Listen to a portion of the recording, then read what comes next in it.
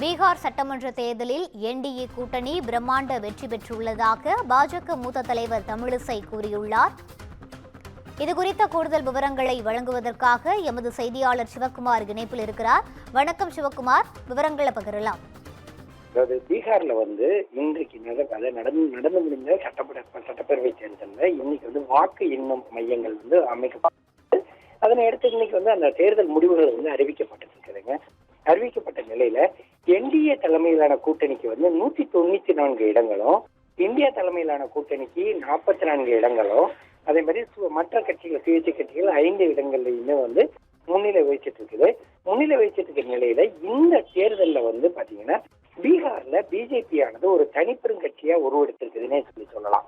எப்படின்னு பாத்தீங்கன்னா 101 தொகுதிகள் தன்னோட போட்டியிட்ட நிதிஷ்குமார், தன்னோட கூட்டணி அமைத்திருந்த நிதிஷ்குமார் கூட கூட்டணி வச்சு 101 தொகுதிகள்ல பாஜக 85க்கும் மேற்பட்ட தொகுதிகள்ல தற்போது முன்னிலை வைத்ததோட இல்லாம பல்வேறு தொகுதிகள்ல இன்னும் பல்வேறு கட்டங்களை ஜெயிச்சிச்சு.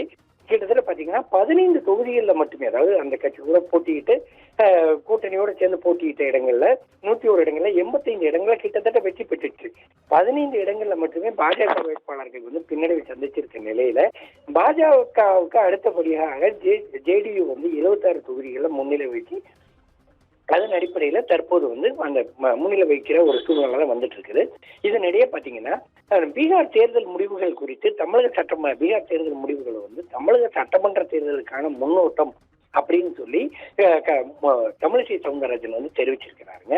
பீகார் சட்டமன்ற தேர்தலை பொறுத்த மட்டும் பாத்தீங்கன்னா என்டிஏ கூட்டணி பெற்றிருக்கிறது ஒரு பிரம்மாண்ட வெற்றி அப்படின்னும் தெரிவிச்சிருக்கிற தமிழிசை சவுந்தரராஜன் எதிர்கட்சிகளோட வாக்கு திரட்டு புகார், பொய் வாக்குறுதிகள் மக்கள் மத்தியில எடுபடல அப்படின்னு சொல்லி தெரிவிச்சிருக்கிறாங்க. தனது வாக்கு காணலன்னு யாராவது கூறி வந்தாங்களானோ எதிர்கட்சிகள் தான் கூறிட்டு வந்தாங்க. அப்படி அதாவது தன்னோட வாக்குகள் இல்லை அப்படின்னு சொல்லி யாருமே தெரிவிக்காத ஒரு சூழ்நிலையில எதிர்கட்சிகள் தான் தங்களோட வாக்கு காணல அப்படின்னு சொல்லி கூறிட்டு வந்தாங்க அப்படின்னு சொல்லி எதிர்கட்சிகளை நோக்கி கடுமையா ஒரு விமர்சனம் முன்வைக்கிறாங்க. அதே மாதிரி எதிர்கட்சிகளின் மொத்த குற்றச்சாட்டையும் மக்கள் புறக்கணித்து உண்மையான வெற்றியை கொடுத்திருக்கிறாங்க அப்படின்னு சொல்லி தற்போது தமிழிசை சவுந்தரராஜன் தெரிவிச்சிருக்கிறாரு.